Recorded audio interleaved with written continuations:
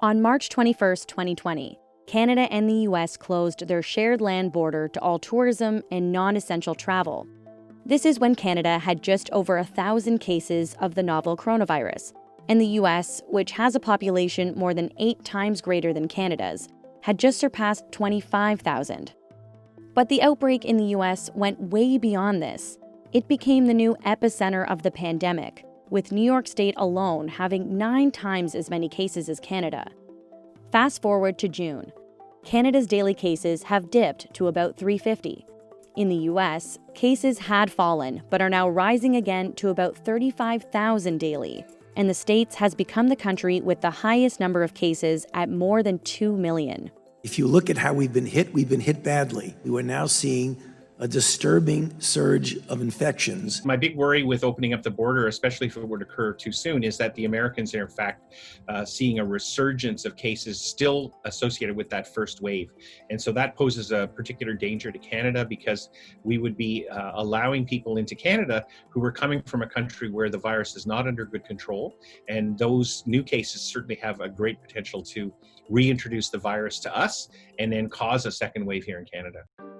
The land border between the two countries was initially supposed to reopen in June, but the leaders of both nations have agreed to keep the restrictions until July 21st, with a possibility of extension. We need to make sure we are keeping Canadians safe first and foremost. We know that reopening too quickly or carelessly would lead us to a resurgence that might well force us to go back into lockdown, to shut down the economy once again, and nobody wants that.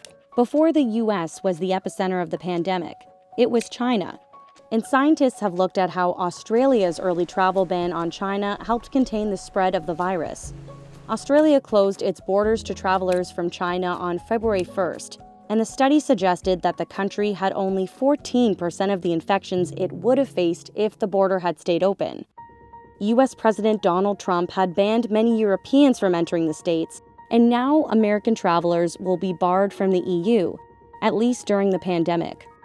As the US continues to see a rise in coronavirus cases as it reopens, EU officials are racing to agree on who can visit the bloc based on how countries are handling their outbreaks.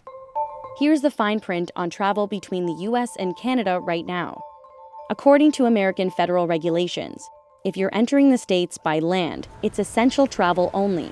But the same rules don't apply for those crossing by air, water, or freight rail.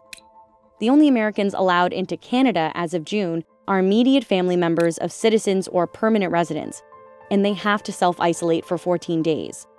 But there are people who might be coming to Canada for essential purposes, like traveling here for work, then abusing this opportunity. RCMP have issued 7 $1,200 tickets to Americans who are hiking in Banff National Park. Many Canadians want to keep out American travelers for months. A survey found that 51% of Canadians want to keep the border closed to tourists until next year, but only 31% of Americans agree.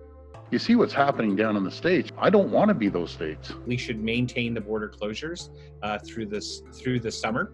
And then reevaluate in the fall. So that'd be option 1. Option 2 would be, well, if you're going to open up the border, maybe consider doing it in a very controlled fashion, allowing certain individuals to come to Canada from the United States, but not necessarily everyone. And then option 3 would be to say, we're just going to maintain the border closure for a long period of time and wait until, we see what's going to happen in the fall. In all honesty, I think we need to wait for the Americans to get their house in order. That would probably be the simplest, straightforward way to put it. Thanks for watching Global News. If you want to stay up to date on the latest breaking national and international news, be sure to subscribe to our channel.